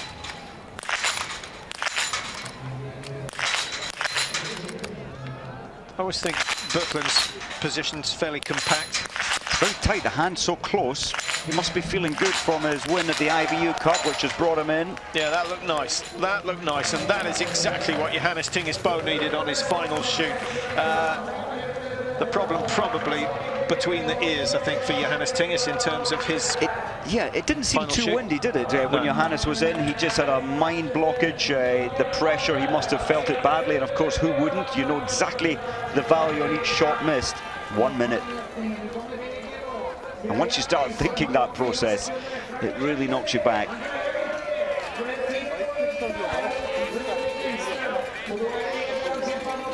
Good start to the season for Benny Vega, no doubt about that. Simonader on 54.40 is going down into 7th, so Benny Vega going up into the top 6 for now. It might just be good enough to stay there. After the first shoot, after the 4th shoot, sorry, Vega was, a good 20 seconds clear of Anton Chapulin. That's unlikely to change. Anef lying in 6th after the 4th shoot. Well, this has been a good final loop from Anef. He's not quite going to match Rastogoyev's, but he goes ahead of Lindström and goes into 5th. Lindström down into 6th. Benny Vega now into 7th. It's all changed, and Bjorndalen could change things round as well. He's on his last little climb now before he descends down into the stadium. I think Bjorndalen will move up into that 4th position. Well, the last time we saw him at the range, he was in 5th position, 1:54 off the pace. He was doing pretty well halfway around that final loop, Mike. Yes, in fact, got him at 18.8 kilometers, and Bjorndalen is in 4th position, just some 9 seconds ahead of Vega. So he doesn't add to his tally of podium finishes, he doesn't add to the 94 World Cup wins, but he's got himself another very impressive result. 4th position at 42. Why retire when you can beat so many of the big names in the world? And you know what? He's going to be the #1 Norwegian. It's brilliant. Well, of course, the Norwegian team a little weaker today without Svensson, without the other Bø brother, Tarje. In fact, Johannes Tinges is still hanging on there in 2nd place, isn't he? 24 seconds off. So #2 Norwegian, the oldest and the youngest. What's the margin between them? I think it's 20 years between Bjorndalen and Johannes Tinges. It is. Johannes is 23-year-old. Andre Moravec, 55.28. And the Czechs with Schlesinger down in 16 at the moment. They would have wanted certainly 2 in the top 15. All the athletes, Mike, have personal goals for each race. They have personal goals for the season, for each part of the season. Do teams try and set a target? Do they try and group them together so everyone is fighting for each other? I think so. I mean, you have to get into the World Cup team now. There is a chance for those racing at the IBU Cup and the German team to make it into the World Cup team. But for the World Championships team, they will be selecting from, I think they have to achieve a top 6, certainly a top 10 position to have the right to be selected. So they really demand a lot from their athletes. And of course, and that's what Florian Graf, Lesser, all the athletes today will be aiming for, to secure the position in the team. It's quite unstabling when you have to, an athlete move back down into the IBU Cup.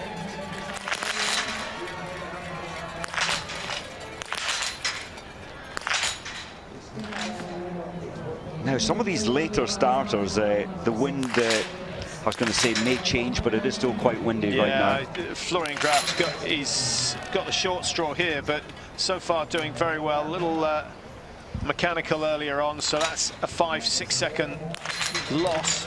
But he knows that if he can hit all 20, he'll go rocketing up the rankings with each shoot he goes through. So still possible he could finish in the top 10. Tim Burke coming in, the second of the Americans to start. Bailey was the first away. 15th in the World Cup rankings last year, and so he'll be happy with 11th position at the moment.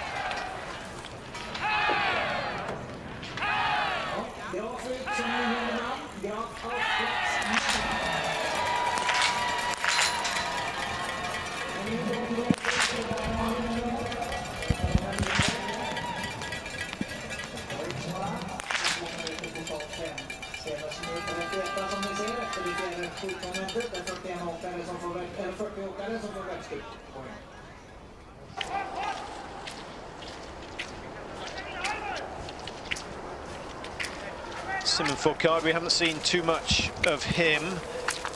The older of the two brothers, 6th in this race last year, so he's a man who's done well here in Ostersund. He only missed 2, already missed 3 today, but his last 2 shoots were perfect and fast as well, so he's made up a few positions. He's got himself, will he go ahead of Morovitz in 52.41? He should do comfortably. He's going to be, what, ski time about 2 minutes 20 off his brother in terms of pace across the snow. Well, and of course one more missed target, so that puts him 3:20-ish behind, 3:14. If he can keep that margin, he will go, just looking at the finish, 3:14. Well, that's good enough for 10th position at the moment, so he's not going to join his brother on the podium, but he's not far away. I think if he asked him about that at the start of the day, to miss 3 and finish top 10, he would take it. Yeah, if you asked Anton Shapulin about missing 3 on the last shoot, he wouldn't have taken that. Oh, that's a tough one, isn't it? Yes. To be leading a race, to then melt down and miss 3. He can go and have a beer with Johannes Tingesbauer, I think. Discuss how to deal with it better the next time. Yeah. It's not easy, the wind is not easy. And maybe that's a disadvantage going later. You know exactly what you have to do. From a potential win all the way down into 9th or 10th or 11th position in the space of 30 seconds. That last shoot costing him dear, as we see Birkeland heading down past the... It's not necessarily the fastest part of the course, but the snow conditions there are quite tricky. There's been a lot, nearly always seems to be ice on that corner. There's your champion. Martin Fourcade has nailed this one yet again. The individual world champion is the individual champion here in Ostersund. That's the 4th time he's won this title. Didn't win it last year or the year before, but he won 3 in succession prior to that. Also the big titles, Fourcade, he took the World Championships 2015, the Olympic Games prior to that, he took the gold there, and of course the World Championships 2016. He's incredible. Not sure you'll get very good odds on him winning in Ostersund at the World Championships this year. Incidentally, if you've not seen the biathlon calendar for this year, our next stop is Pokljuka. Starts on the 5th. It's a short weekend in Pokljuka. The athletes arrive on the 5th, lots of training, racing Friday, Saturday, Sunday, and then we head to Novo Mesto. So that's great. Former venue for the World Championships. I suspect we might get the first massive crowd of the season in Novo Mesto. Well, if it's anything to go by from the World Championships there, when was that? 2011? 12? Close enough. It's all a blur. But that was brilliant. The spectators were there in huge numbers, and it was a great atmosphere. Well, they had to be kind of taught how to cheer, didn't they? They were only cheering for their own, and they were encouraged to cheer for everybody. 3:20 behind with 3 misses, so 2:20 slower than his brother in terms of ski speed. Had he shot clear, he would have joined his brother on the podium, but still it would have been Martin on top. Birkeland just 3 misses. Now he could challenge his teammate Uliana Bjorndalen.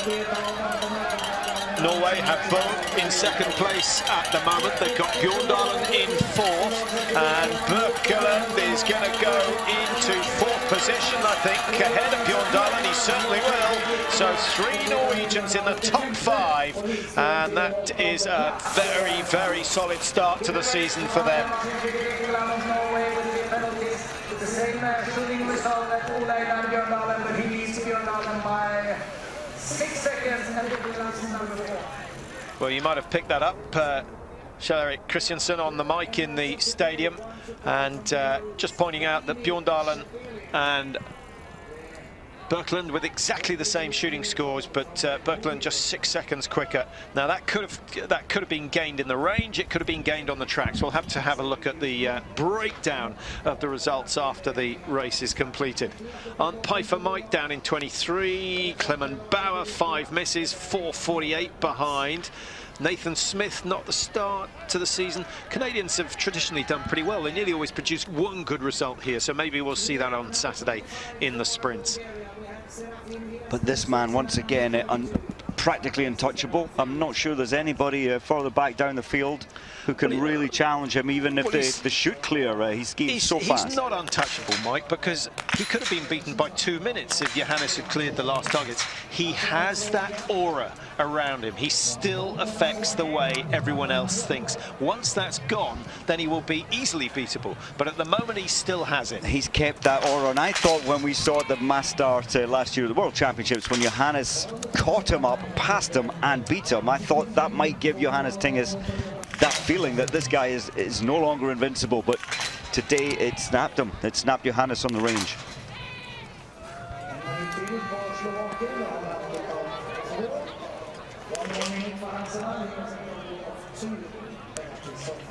Hasila, that was going well, having missed only 1 out of the previous 10. He's now missed 2 out of 15.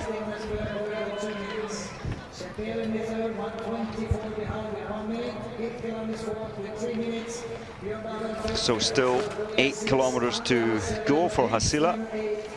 Well, this is interesting. Mesetic and Mesetic, 40-year-old now, and Ilmars Breaches, I think that was a glimpse we had him there. He's back into racing. He's done 6 Olympics. He's been coaching for the last 5 years, and now he's entered himself into the race today at age 46. Well, he's starting number 82, so Bjorndalen seems to have set the trend. Mesetic, he's a solid performer, isn't he? And shooting really well. So on 14 shots out of 15. And he loves the 20-kilometer. Even getting these 5 out of 5, he might not make the... In fact, he won't make the podium at his current pace. That's all right. Top 10 is very respectable. Austria need a little bit more strength in depth after recent retirements. Well, they are racing the extremely talented, trying to find him, Felix Leitner, only 20-year-old, youngest man in the field, and that's from his results at the Junior World Champs. Yeah, Leitner started number 95, and look at Mesetic. I thought he was 95. 95 years, yep. We've got...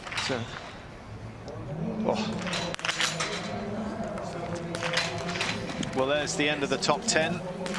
As we go back to Bormolini. Now, Bormolini started really well. He's in the top 5 after the second shoot. In fact, he's in 3rd position, but 2 misses on his second prone have pushed him right down the order, and another 2 misses on his last stand. He's going out of the top 20. That's a shame. Ostersund for Sweden, suffering the same as Bormolini. Clear up to the halfway stage, and in terms of clear shoots, looking at shoot number 4, absolutely no one on 0 today. Best shot still Schapellen, only 1 out of 20 missed. Amazingly, only 5 clear after the first 2 shoots. Ostersund 5:59 off the pace.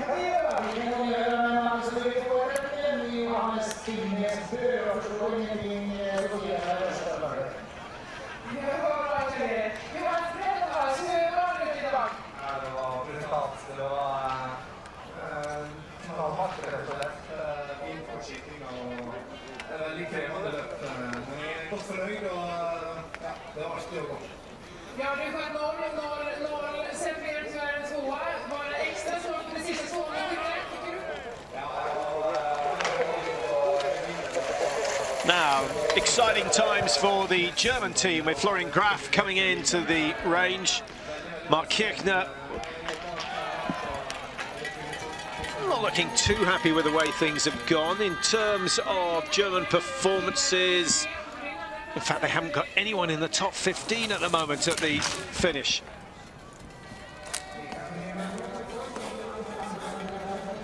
So, pressure on. A little bit of pride for the German team. Now, while we're watching this, Mike, if you can just check to see where the best German at the finish is.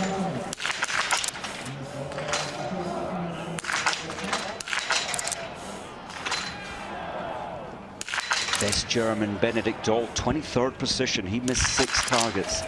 And he's 4:43 off. And then you've got Florian Graf goes clear. He becomes only the second man to clear 3 shoots without a miss. And now he might be the man who can shoot 20 out of 20. What will that do in terms of his time? He's into 6th position, 32.37, and that 6th position puts him 225 behind? 228 behind. 228. So he's not going to challenge for card. He's unlikely to challenge Johannes Tingesbo, but if he hits all 20, a podium finish is very possible. In fact, it's highly likely, because Schepelin, as you can see, 124 off the leaders. So there is a ray of hope for the German team. There definitely is. A podium going clean. He will most certainly, we can imagine, get a podium. Interestingly, he's the least in favour with the coaches. That's why he's been put in that much slower. The tracks are really much slower now in the last group. But he's performing the best of them all. Often that happens because he has to prove to the coaches, put me in a better group the next time. And what does your crystal ball say about shoot number 4? Right, I don't know why, but I feel that he's going to hold it together. Maybe not the perfect 5, but I think maybe 1. I don't know why, but he's just got some kind of composure about him. Well, if he misses 1, he's still got a chance of getting into the top 3. I think 5th or 6th is more likely if that is what happens. Well, this man is sitting in 2nd place at the moment, and this man is the number 1 yet again. His 4th individual title here in Ostersund, and he made it look easy despite the fact that he missed 2 on that first standing shoot. Very windy conditions for that second shoot, but I have to say, quite impressed that on the final shoot he held it together. He did, he very much did. I'm just wondering, he won 10 races last year at World Cup. We've seen him take the first one this season. I'm sure he will be thinking, I'll get another 10 this year. Maybe 11. He'll have Johannes Tingesbo in his case though, and the rest of the world. Koi missing only 3. That's very good ski time from the Estonian. Roman Rees as well, not been included many times World Cup. Former the first Youth Olympics, he certainly took medals there. I was there. I remember him taking the relay gold and individual medals as well. Well, I'm not sure he's raced the World Cup before. In fact, I don't think he has. I don't think he has. This is race number 1, and look at the youthful inexperience in a sense there. He knew it would have been an outstanding first ever 20-kilometer World Cup. Now it's not as outstanding.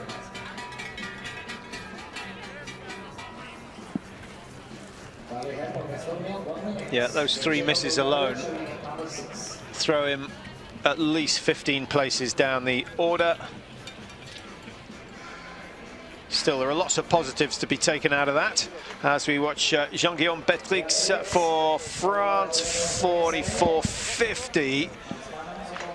Well, he certainly would have been a bit depressed at halfway, 3 misses, but he now knows that if he can limit it to 3 misses, he's got a very good chance of getting a top 15.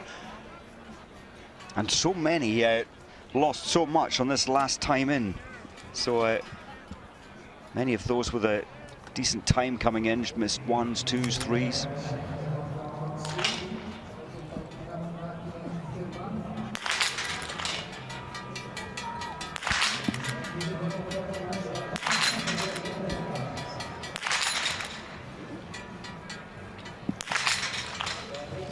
No time wasted in the range apart from the one miss, so a total of 4, and I think he's still got a decent haul of World Cup points coming his way. Top 40 getting World Cup points in biathlon.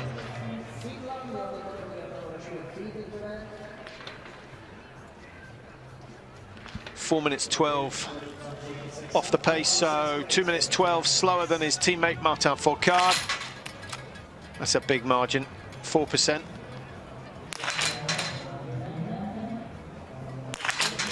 A lot of money being put into Romanian biathlon with the venue which hosted the Junior World Championships last year. Beautiful 30-lane range. Big fan of biathlon investing the money in Romanian future. And it's looking quite good. This man is good. But it's not just about money, Mike. If some generous sponsor were to give the British team a couple of million quid to sort themselves out, it would be a long, long time before you produce a world-class system that produced world-class athletes. A system to produce the depth like Norway or Germany, but I do believe it doesn't take much. It just takes a little support, a little help to get them up to a high standard. Remember Callum Irvin at the Junior World Championships from nothing. He had the 9th fastest ski time. Scott at Junior World Champs, a 17th position, a 23rd position. And Callum also a 23rd position. So, you know, with nothing, you can get into the top 25 of 100 starters at Junior World Champs, and they've got this, the biathlon academies. But you don't have the culture that the Norwegians have. You know, and when a Norwegian's 3, they want to be a skier. Oh, totally. And Bjørndalen changed the shape of success with the Norwegians, because when he came in 1993, the Norwegian team wasn't that successful. The cross-country team were always successful, but his success has really, you're right, they saw what he could do, and it's gelled Norwegian biathlon. That's a little disrespectful to Kvalfoss, who was an outstanding biathlete. 12 World Cup wins, I think. 12. They had many, and Olympic gold medalists in '84. Relay medals in '88, and then Bjørndalen knocked him off his selection for '94 in Lillehammer. So Thomas Sicilla of Slovakia has a chance for getting one of his best ever individual races.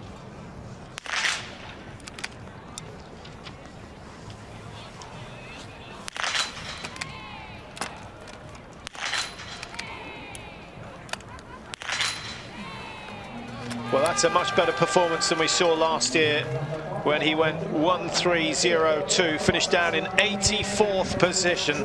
So he now knows he's got a chance of getting into the top 25 today. That would be a really good run, and so much better than anything we saw last year. Normally between 50 and 60, sometimes down in the 80s, even over the hundreds. He was 102nd in Ruhpolding individual last year.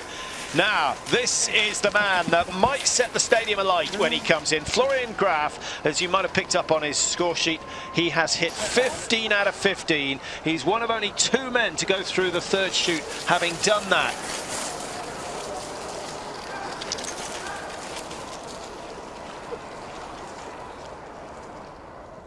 Graf 2:28 behind when he came out of the range, and won't be long before we get his time prior to his 4th chute. Now, if he can stay within 3 minutes, then he's on for a top 10. Lund, haven't seen him for a while. He's been on the podium at World Cup level, but with, what's that, 9 misses. That was always his weakness, was on the rifle, Lund.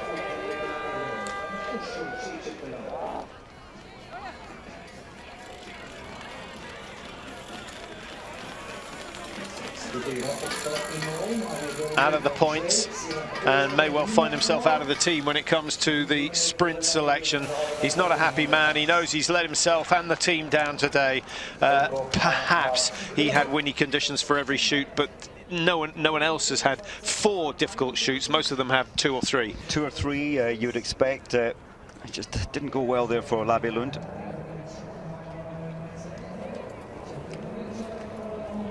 Now with Biathlon finished, should mean that Scott Dixon's on his way down towards the range, having started some 30 seconds behind the Norwegian. We'll try and update you on his shooting score. Only one Brit racing in this 20-kilometre. Well, Scott has held it together. He's been through his final shoot. His score 0-2-2-0, so 4 penalties, but his ski pace doesn't seem to be as strong as he had hoped.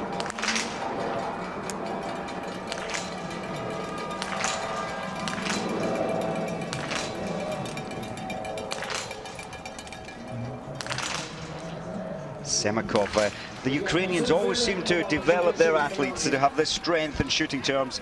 Yes, it's 3 penalties, but that's up there today in terms of shooting scores. Nervous moments then for Florian Graf. Needs to navigate his way past some of the slower skiers in this race. There's no rush at this stage.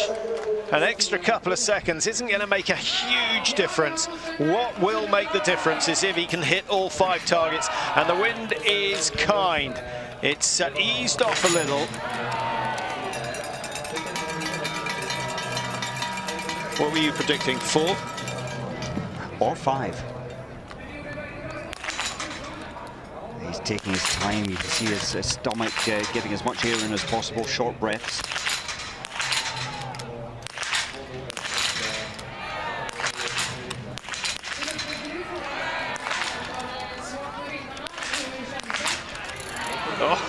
So close to 5, but he ends up with 4, and that pushes him down to Birkeland. He'll be behind Birkeland. Bjorndalen on 44.32. I think he's going to be just outside the Norwegian. That shot has cost him the bronze medal. Yeah. Would have slotted into 3rd place with ease. 1:55 behind. He would have been 55 seconds behind, which would have given him a 30-second margin over Shepelin of Belarus. So he'll not sleep for a while tonight. He'll be thinking that one over. He'll relive that moment many times, and he'll realise it was a flinch as the bullet was as he was about to squeeze the trigger. You get this nervous flinch through the body, and I think that's what happens on this final shot.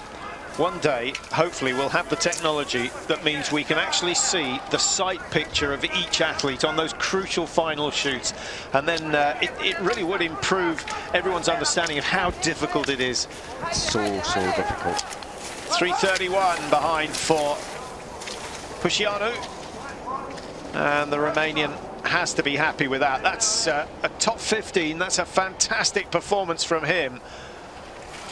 Looks very composed, so he's only skiing 2 minutes slower than Fourcade, which today not many people are even achieving, or at least half the field won't get near that kind of ski time. 9 minutes, Roman Rees into the finish, and is he going to get himself a World Cup point? Well, he's there for now. He goes into 39th position, but it's only going to take 2 more men beating 57.40, and we know Florian Graf is going to do it. It'd be slightly cruel if it was Graf who pushed Rees out of the World Cup points. Furious with himself after that last shoot. What about that shooting score? 0-1-1-3. He would have been top 5 without that, or better. Well, there you see the top positions. Familiar names at the top. The battle is on. Fourcade versus Bo. And then, of course, Schemp and Shepulin. Shepulin was close. Schemp never really got himself in touch today. Was clear on the first shoot, but found himself 18 seconds behind after the first 4 kilometers. And then Schemp disappears from the score sheet.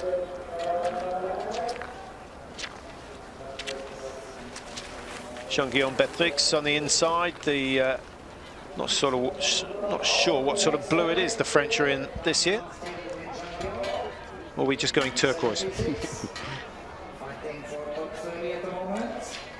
Well, okay points from Beatrix. Missing 4 though.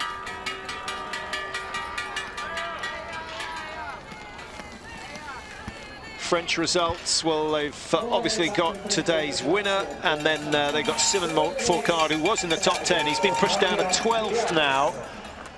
Beatrix going into 30.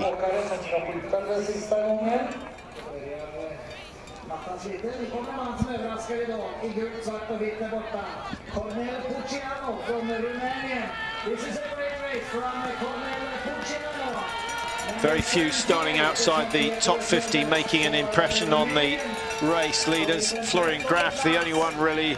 Puciano 55.07. That's outstanding. He'll be really chuffed with that performance today, and I hope it leads to more and more success. Once you've done it, you believe you can do it again. Well, he did put it together so well from a country which, in terms of budget, support, backup, it's certainly not up with the big teams like Norway, Germany, France, Austria. Big investment as well this summer for the Austrians with the World Championships going to Hochfilzen in February. That's always a great World Championships there. What was it, 2005, the last time the World Championships went down to Hochfilzen?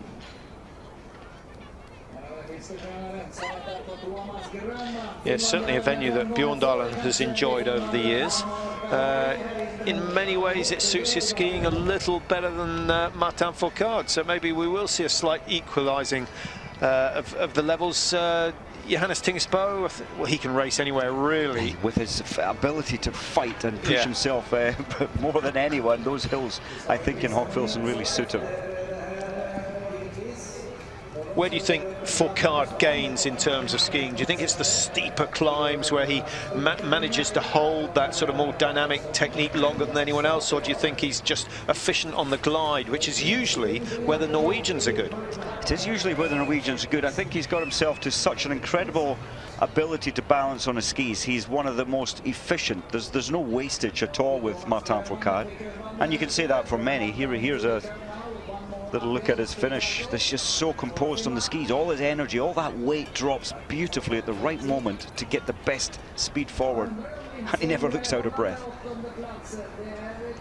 There's no doubt he's in good shape. Starts the season well. He's got himself a full quota of points today, and of course starting his defence of his overall World Cup. That will be one of his goals for the season.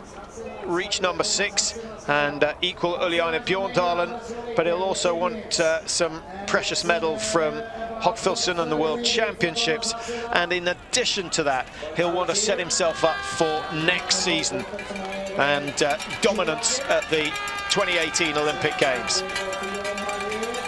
Hasilla 56.08 and pushes Fillon-Maillet down 1.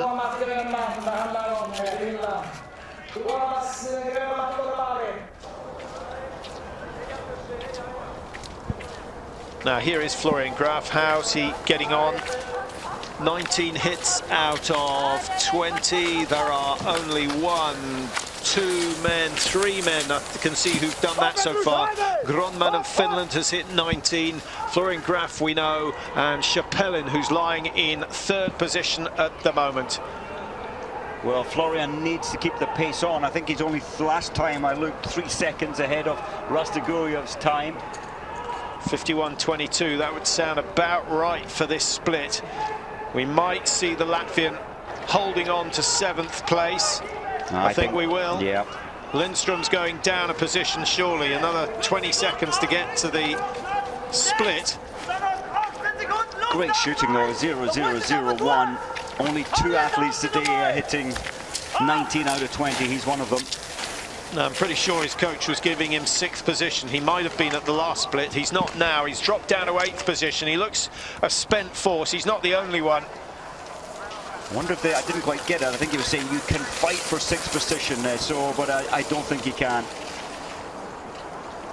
He said that the fight's almost done. It is wetter now. The track is more broken, but he seems a little bit out of steam.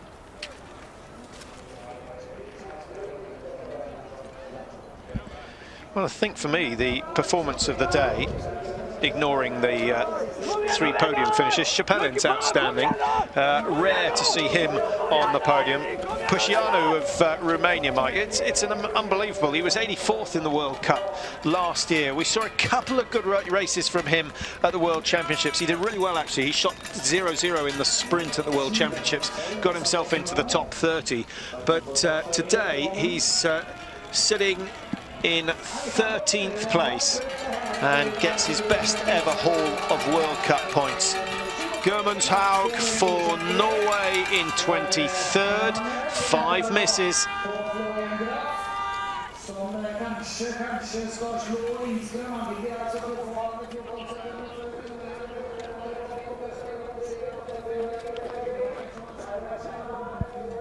Just under a kilometre for Florian Graf to go now.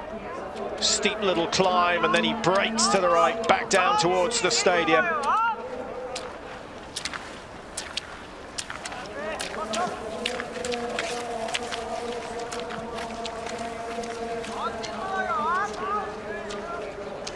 Pepe Femling for Sweden just behind him, another of the local men. Most of the Swedish team base themselves here. It's a fabulous venue, lots of roller ski facilities as well for the summer months, and some easy skiing in the woodlands behind the stadium. Wouldn't be a good plan to spend your life skiing on World Cup courses.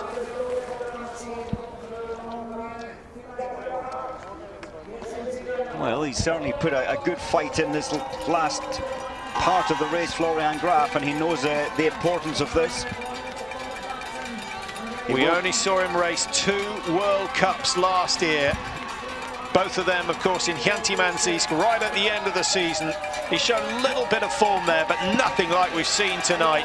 0-0-0-1. That one miss has cost him a shot at the podium, but he'll be delighted with 8th place. 54.07 his time.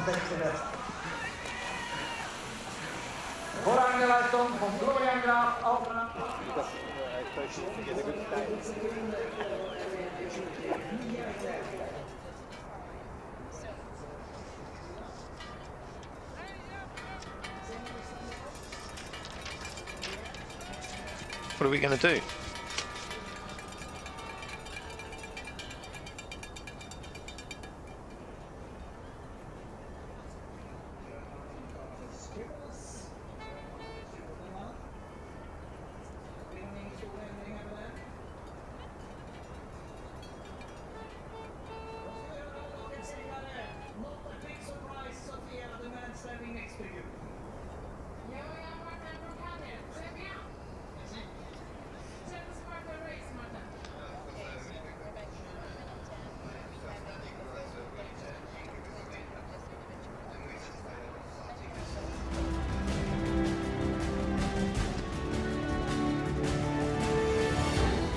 Chapelin taking 3rd place today. He started early, 17, a perfect start number. Very, very calm on the range. He controlled it well. It wasn't easy for him. He had some of the worst conditions on that standing chute, but produced good speed later on. And Chapelin gets his season off with a bang. That's a fantastic result. 3rd place. Johannes Tingesbo. Well, he's finished 2nd, but he won't be happy. He won't be happy. 15 out of 15 targets fell. Maze at that stage delighted. His training working with the youngster. But it went horribly wrong on chute number 3. 2 misses in that final stand, and 16, 17, maybe even 18 seconds to get that last round away. That delay cost him the race, and victory has gone to Martin Fourcade of France again. Well, there you see the standings. Fourcade, Johannes Tingesbo, we got Vladimir Chapelin, we got Lars Hegler Birkeland up in 4th. That's a good run from him. 3 Norwegians in the top 5. Mike, they'll be happy in terms of a team. Looking forward to the first relay. They certainly will, and it seems like Maze has worked wonders for the Norwegian teams. 3 of them, as you said, in the top 5. Bailey of USA keeps the North American flags flying with good performance, 15th place for him. Again, the standing shoot, that final standing shoot. There are podiums waiting for Bailey and Burke when they get those last 5 down. Very much. The speed is good, but won't be a good night for Johannes Tingesbo, thinking about that final time into the range. Well, we said yesterday, the best in the world make it look easy. Fourcade has done that again. Hardly out of breath. Third place, Vladimir Chepel in Belarus. Number 4, Lars Helge Birkeland, Norway. And number 5, So from 239 World Cup starts, he has 50 wins. He's now over halfway to Bjorn Dahlen's tally. 94 podiums, over 30%. He's only 28, he's got another 14 years. Number 10, Benjamin Weger, Switzerland. 11, Anton Shipolin of... Well, that's all we got time for here in Ostersund. Just a reminder, day off tomorrow, Friday, for both men and women. We'll be back in action on Saturday. The sprints, and then, of course, the pursuits on Sunday. So the first head-to-head racing in terms of individual races. So much to look forward to, but can anybody beat this amazing biathlete Fourcade? He's never won 3 out of 3 here in Ostersund. This could be the season, and if he does that, you'd be a brave man to bet against him winning the overall World Cup. So congratulations to Fourcade. We'll be back on Saturday to see if he can do it again.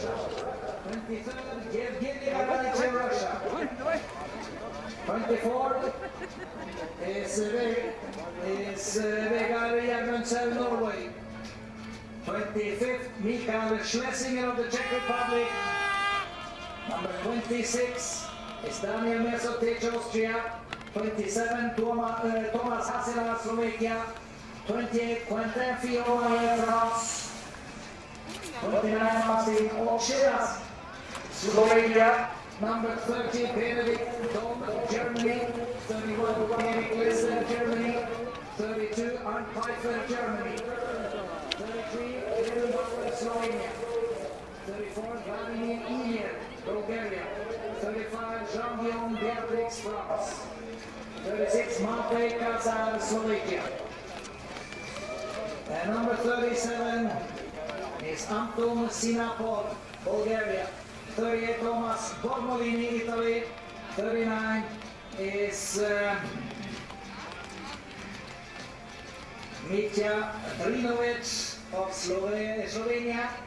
And number 40, the last walker point, is Maxim Varey of Belarus.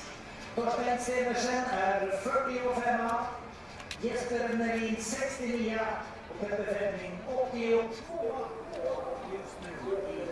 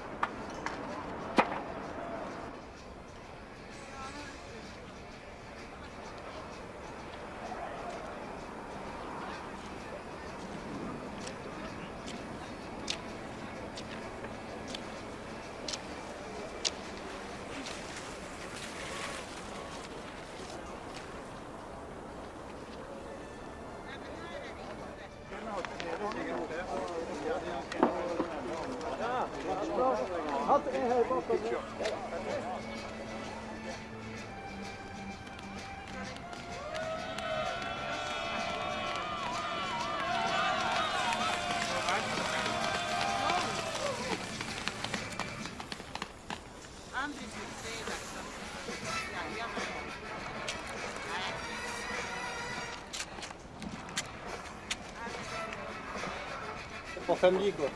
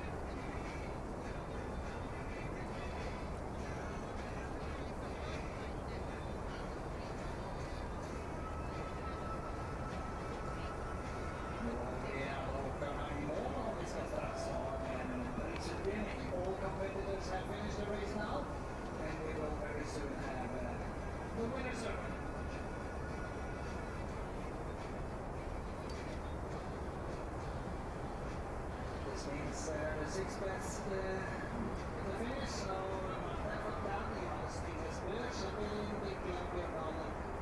OESTERSUND should be ready for the surf.